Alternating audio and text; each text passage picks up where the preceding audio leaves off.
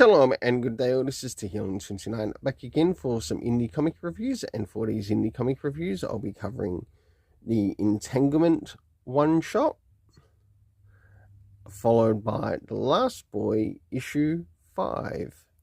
I'll now get things ready and organised for the first one that I'll be reviewing. So, moving in the first things first, does this cover in any way, shape or form connect to something that is happening inside with the story?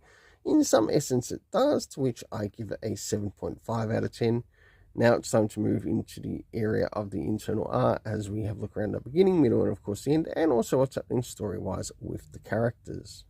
So this story is set in a future Austin, Texas, and we realize that we are following, I guess, the female leader of a business in this particular thing.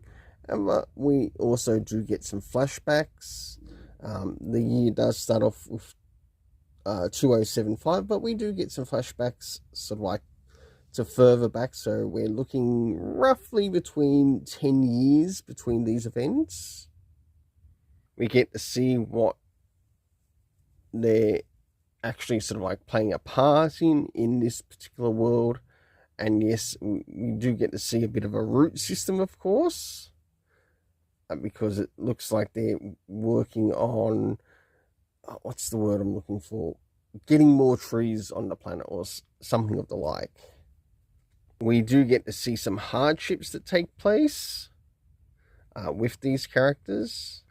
And of course, a bit of a TED talk of sorts with one of the characters. And finally, an agreement with a rich, black, successful man.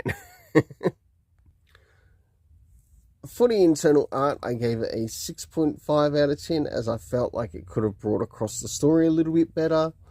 And in some cases, it just felt like it was a little bit too over the place to understand what was happening. Next is the area of the story rating, which consists of time, location, and cast. In regards to the area of time, we start off with the year 275 and we go as far as the year 2060. Next is the location that we get to see in the story, consisting of Austin as well as Utah. So Texas and Utah. And last but not least, the cast of characters consisting of Ori McDaniel, Basquiat, Chris Bayakyun, Chris Samney or someone. They felt like some Korean investors within the story.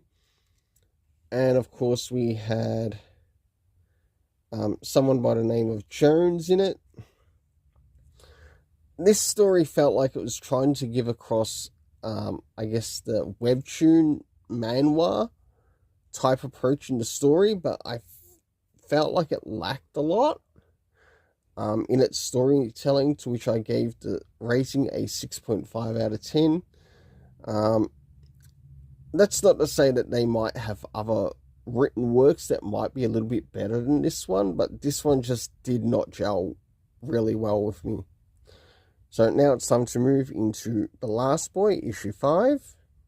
So as we move into The Last Boy, issue 5, does this cover in any way, shape or form connect to something that is happening inside with the story? Sure enough it does, to which I give it a 7.5 out of 10.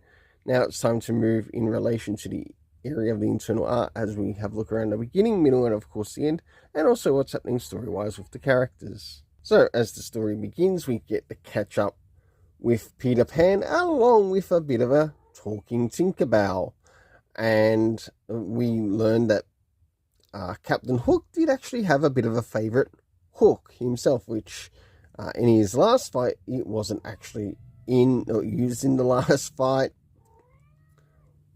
And Shmi gives the hook to Peter Pan.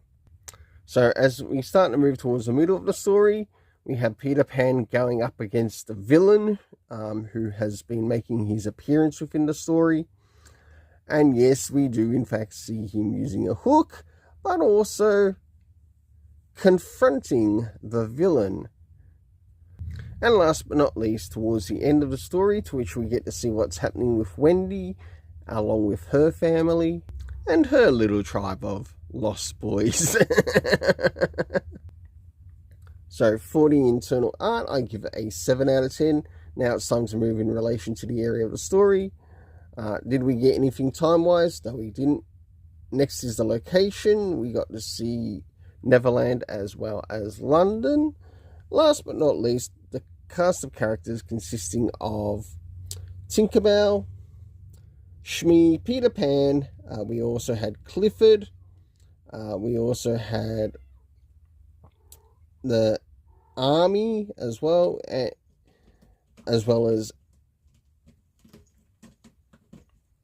Wendy and Florence.